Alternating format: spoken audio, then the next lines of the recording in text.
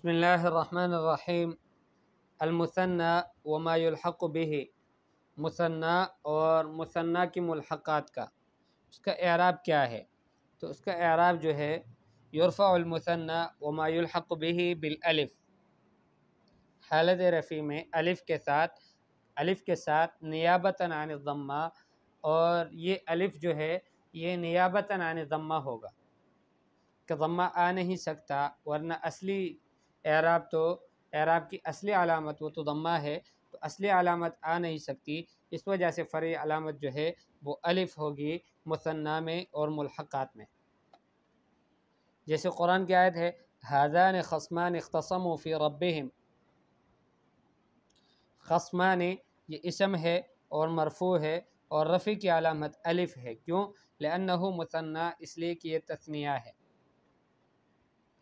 ھذان، اب اس کی ترکیب دیکھیں، ھذان ہا حرف تنبیہ مبنی علی السکون لا محل له من الاعراب، ذان اسم اشارہ مبنی علی الالف، ذانی ذا، تو مبنی علی الالف ہے لأنه ملحق بالمثنى، اس لیے کہ یہ ملحق بالمثنى ہے، تثنیہ تو نہیں ہے لیکن تثنیہ کے ساتھ ملحق ہے۔ فی محل رفع مبتدا، محل رفع میں ہے اور مبتدا ہے۔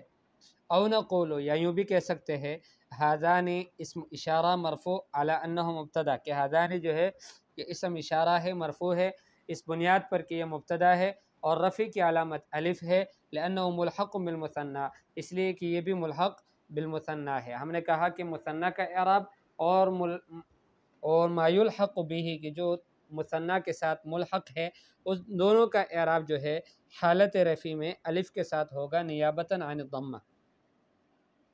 خصمان یہ خبر ہے، مرفوع ہے اور رفع کی علامت جو ہے الف ہے، کیوں؟ لأنہ مثنیٰ، اس لیے کہ خود مثنیٰ ہے، والنون عوض عن التنوین فی الاسم المفرد، اور یہ جو نون ہے نا آخر میں، تو وہ جو ہے وہ عوض بن کر آیا ہے، نیابتاً آیا ہے اسم مفرد کے تنوین سے۔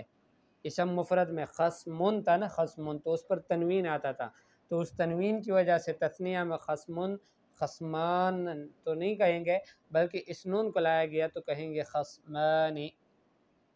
اختصموا فعل ماضی مبنی علی الضم لاتصالہ بواو الجماعہ، یہ فعل ماضی ہے اور مبنی علی الضمہ ہے، اختصموا،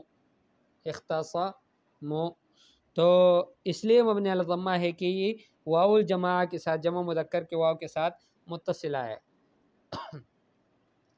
والواو ضمیر متصل مبنی علی السکون، واو جو ہے وہ ضمیر متصل ہے اور مبنی علی السکون ہے، محل رفع میں فاعل ہے۔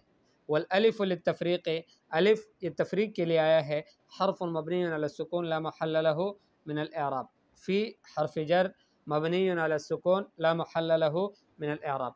ربہم جر مجرور طبعا، رب اسم مجرور بفی وعلامت جرہ الکسرۃ الظاہرۃ علی آخرہ، ربی تو چونکہ یہ اسم ہے اور مجرور ہے فی حرف جر کی وجہ سے، اور جر کی علامت کسرہ ظاہرہ ہے آخر میں، اور یہ مضاف ہے۔